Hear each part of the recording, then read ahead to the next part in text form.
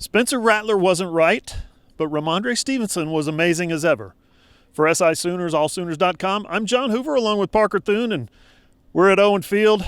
The Sooners did what was expected tonight. Home, sweet home for the first time in 6 weeks, Parker, and the Sooners had no problem taking care of business against Kansas. 62-9 was the final score. KU scored on the last play of the game against freshmen and walk-ons mostly, but Parker, 9 quarterback sacks. The Sooner defense lived in the Kansas backfield. I think Alex Grinch and Lincoln Riley were pretty happy with the way the defense played tonight. Well, and you have to be, John, and sure, you can chalk it up to the fact that, okay, they're playing against one of the worst teams in the entire FBS, but you have to give credit where credit is due, and Nick Bonito was virtually unblockable tonight. He had 3 sacks, a career high. There were 7 players on this depth chart, John, that recorded at least half a sack. Among them, true freshman Brendan Walker. So just about everybody getting in on the action tonight on the defensive side of the football, at least as far as the pass rush is concerned. Yeah, Ronnie Perkins got his first start.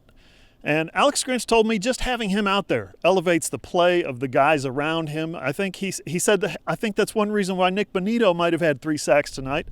Perrion Winfrey was great. Isaiah Thomas was very good as usual. The Sooners dominated up front. David Agwebu started at middle linebacker for Deshaun White, banged up a little bit from last week at Texas Tech.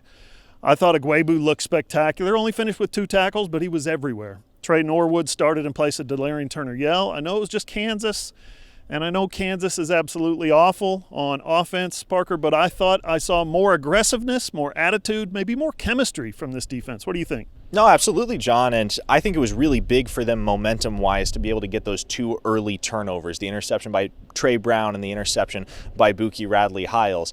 And again, this was an opponent that Oklahoma was going to beat soundly one way or another, but I think the defense's confidence continues to build week in and week out, and it was good not just to beat Kansas today for that defense, but to beat them as emphatically and as thoroughly as they did. Kansas couldn't move the ball all game, John. Yeah, Oklahoma's defense was terrific. The Oklahoma offense was another story this game. Sooners quarterback Spencer Rattler, to me, it looked like he tried to get tough, but instead, he ended up getting a little bit roughed up. Second quarter, Rattler scrambles out of trouble right here in this end zone.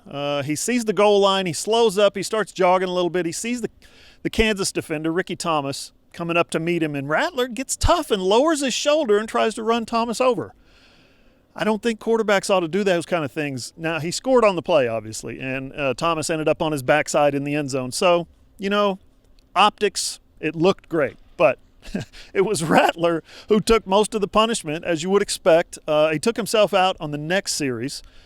Athletic trainers looked at his left hip. He goes in at halftime. He comes back out. He starts the third quarter. He ends up playing 2 more series, which is what Lincoln Riley said he was going to play him. But clearly, he was not himself. Clearly, the velocity was gone on his ball. The accuracy was a little bit diminished. Lincoln Riley said he was a little sore, and he kind of had to get it worked out before he came out of the game after that second series of the second half. But I don't think he looked right the rest of the time that he was in there. Turns out that he didn't need him all that much, Parker, because, big lead, obviously. Ramondre Stevenson took over. 11 carries, 104 yards, and 2 touchdowns for Ramondre tonight. Also led the Sooners with 4 catches for 60 yards. You have any concerns about Spencer Rattler moving forward with Oklahoma State coming to town in a couple of weeks? And is Ramondre Stevenson going to be enough for this team? I don't have concerns about Rattler, John, because he mentioned it in postgame. He believes it's just a bruise, nothing more severe. So you got a bye week coming up before Bedlam. That should be plenty of time for Rattler to recover. And you talked about Stevenson. He's a guy that can carry this offense, even if Rattler, by some minor miracle, were to need to miss a game or 2. Let's be honest, that Oklahoma running game is in a fantastic place right now with Stevenson clearly the lead guy in the backfield.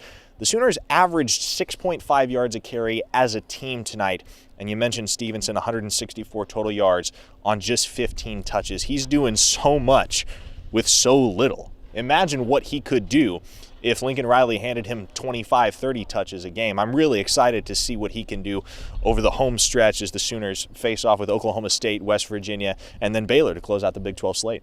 He's got fresh legs. That's the thing for the closing stretch. Oklahoma wins its 4th in a row, now 5-2 on the season. Number 14, Oklahoma State. Number 19, Oklahoma. Bedlam, November 21st, 2 weeks from tonight, right here at Owen Field. Should be a good one. For Parker Thune, I'm John Hoover, SI Sooners, allsooners.com.